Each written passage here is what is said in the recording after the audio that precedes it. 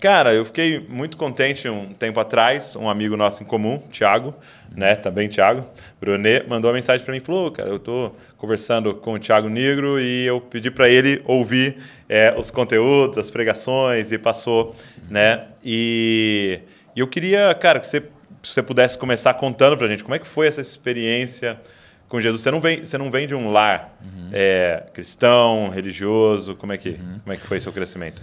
Cara, você vai me apertando o botão de ir mais rápido, mais devagar aqui, tá? Tá bom, beleza.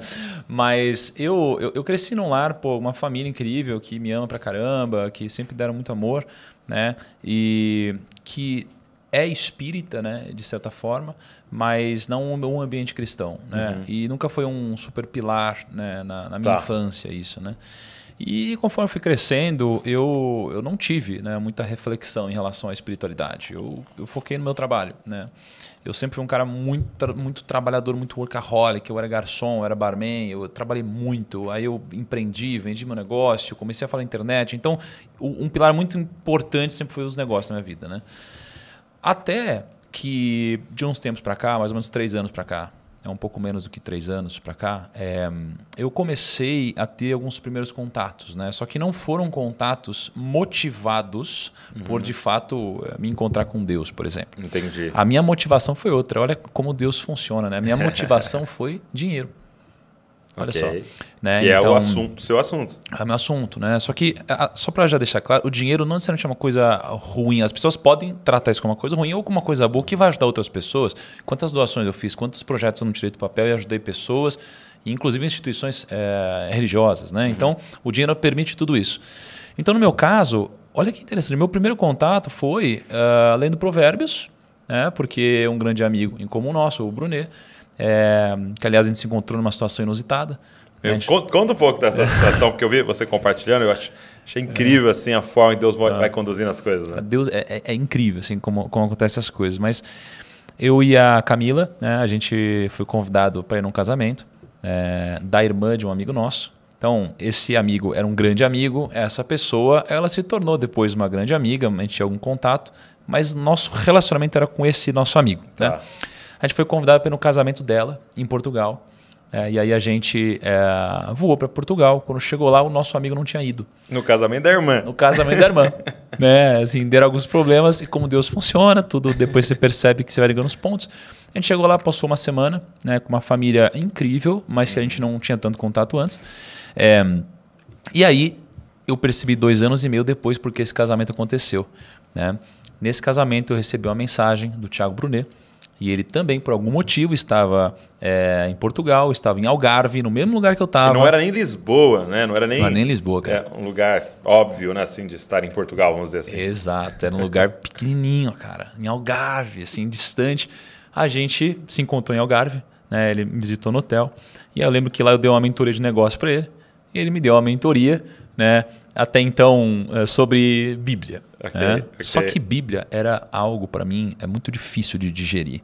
Eu era aquele tipo de pessoa que eu nunca leria uma Bíblia. Né? Por quê? Porque, para mim, falar Bíblia já vinha com uma carga da minha vida inteira. Né? Talvez de formas erradas que tenham sido apresentadas a mim, esse tema. Né? Então, já vinha uma coisa estranha. E quando ele abordou talvez do único jeito que ele conseguiria entrar no meu coração. Ele disse o seguinte, falou, Thiago, você estuda sobre dinheiro, você trabalha com isso, é finanças, não é? Sabia que uma das palavras mais citadas na Bíblia é dinheiro? Eu falei, você está brincando. Na minha cabeça leiga de que nunca tinha lido a Bíblia, como assim dinheiro? E eu estudo muito os bilionários. Assim, eu estudo muito as pessoas de sucesso para entender por que elas atingiram sucesso. Poxa, eu nos últimos anos devo ter gravado com uns 60, 70 bilionários no Brasil. Assim. Ele falou, sabia que o mais rico de todos eles escreveu vários livros? Esse cara é chamado Salomão, e estão na Bíblia. Eu falei, você está de sacanagem. Ele falou, lê Provérbios. Então, meu primeiro contato com isso foi Provérbios. Okay. Né? Então, veja que não foi uma motivação espiritual. Né? Porque a gente, até uma chave importante aqui, a gente não consegue saber quais são exatamente os planos de Deus. Né? Assim, a gente não consegue ligar todos os pontos. Então, eu tinha minha limitação, comecei a ler a Bíblia, e eu comecei a ver que aqueles provérbios eram muito importantes. Eles faziam muito sentido para a nossa vida. Né? São conselhos muito valiosos. E eu, imediatamente, quando eu comecei a ler Provérbios, Douglas, eu achei isso tão profundo, que eu não conseguia passar do primeiro capítulo. Porque eu olhava para aquilo e falava, cara, eu já li trocentos milhões de livros de mentalidade, de sei lá o quê. E parece que esse capítulo já tem tudo que eu já li na minha vida. Eu relia. Cara, os inexperientes, os jovens, os sábios, o discernimento. Eu falei, cara, eu não tô acreditando, tá tudo aqui é tão profundo. Aí eu falei, quer saber? Eu vou me desafiar. Aí eu tenho uma coisa que eu faço na internet, que geralmente eu faço lives dias consecutivos, de acordo com algum tema. E eu falei, vou lançar agora o desafio Provérbios. Então eu decidi, né, já que Provérbios eu descobri que são 31 capítulos, e eu estava no mês... Perfeito, né? Perfeito. Né? Eu não lembro qual mês que eu estava, mas tinham 31 dias. Eu falei, vou 31 dias seguidos falar sobre isso. Só que eu não tinha lido Provérbios. Então isso que é interessante. As pessoas não sabiam. Então eu lia Provérbios 1 e no outro dia eu falava sobre Provérbios 1. E eu ia fazendo isso. Entendi. Cara, e foi sendo bizarro. Assim, o meu descobrimento foi bizarro. Passaram os 31 dias. Cara, imagina que tinha dia que a gente tinha 50 mil pessoas ao vivo, 60 mil pessoas ao vivo. Foi uma coisa muito louca. Só que a ótica era negócios. Sim. Encontrar os princípios, as estratégias ali. Exatamente. E fazem todo sentido. Aí eu comecei a descobrir que a Bíblia é um manual, né, sobre como você deve viver. Pelo menos no meu caso. E aí, desde então, nunca parei de ler Provérbios. Todos os dias eu lia Provérbios. Né? Então, outro mês, dia 1, eu lia Provérbios 1. Dia 2, Provérbios 2. E assim por diante. Então, tá? virou uma disciplina sua. Virou. E aí, a fama me deu acesso a algumas coisas que eu não tinha antes. Por exemplo, acesso a pessoas. Tá? E o acesso, ele é assim, é uma das coisas mais poderosas. E até depois, só indo para frente e voltando, cara, lendo um pouco da história de Moisés, poxa, uma das coisas que tornava Moisés um dos grandes líderes é que ele tinha uma coisa que os outros não tinham, o acesso. Então você vê que o acesso, ele é muito poderoso na nossa vida. E a fama me deu acesso.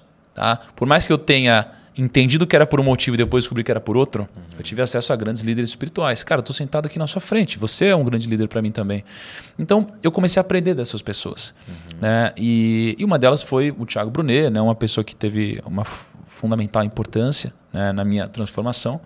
E conversando com ele, cara, ele sempre ia abordando sobre Deus, temas ligados a Deus, respostas das quais eu não tinha ideia de como responder, coisas difíceis, princípios. Eu admirava muito isso, né? Não só ele, mas várias outras pessoas ao redor. Mas um dia na casa dele, ele me fez um desafio. Ele falou, Thiago, e eu descobri depois que ele fez isso, porque ele falou com Deus e falou, Deus, não aguento mais falar com ele sobre esse assunto. Ou você bota Deus no coração dele, eu não tenho mais o que eu fazer, não vou mais falar com ele sobre o assunto. E aí ele falou o seguinte, falou, Thiago, chega em casa e faz um desafio para Deus. Fala, Deus, se você existe mesmo, me dá um sinal em 7 dias. Né? E eu falei, tá bom. E aí eu cheguei e fiz isso. Né? E de fato foi aí que começou o meu contato oficial, digamos assim. Né? Foi quando eu comecei a ter experiências sobrenaturais das quais eu tinha ciência que de fato eram sobrenaturais. Né? Eu pedi um sinal em 7 dias e veio no 8º, o que foi muito curioso. Né?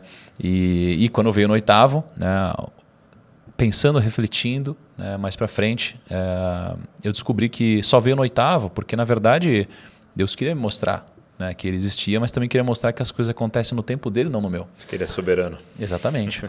Mas a minha motivação de fazer essa pergunta para Deus é porque eu estava lendo a Bíblia, né, e eu vi que em algum momento estava escrito algo como, e Jesus realizou um milagre, então essa pessoa aqui passou a crer. Eu falei, opa, peraí, eu sou essa pessoa, eu preciso ver para crer. Né? E aí depois de que isso aconteceu, eu vi o quão arrogante eu fui, né, ao fazer esse desafio para Deus, né, mas acho que fez parte do meu processo. Sim, com certeza. Né? E aí, enfim, depois disso, aí 1 bilhão de coisas começaram a acontecer. Né?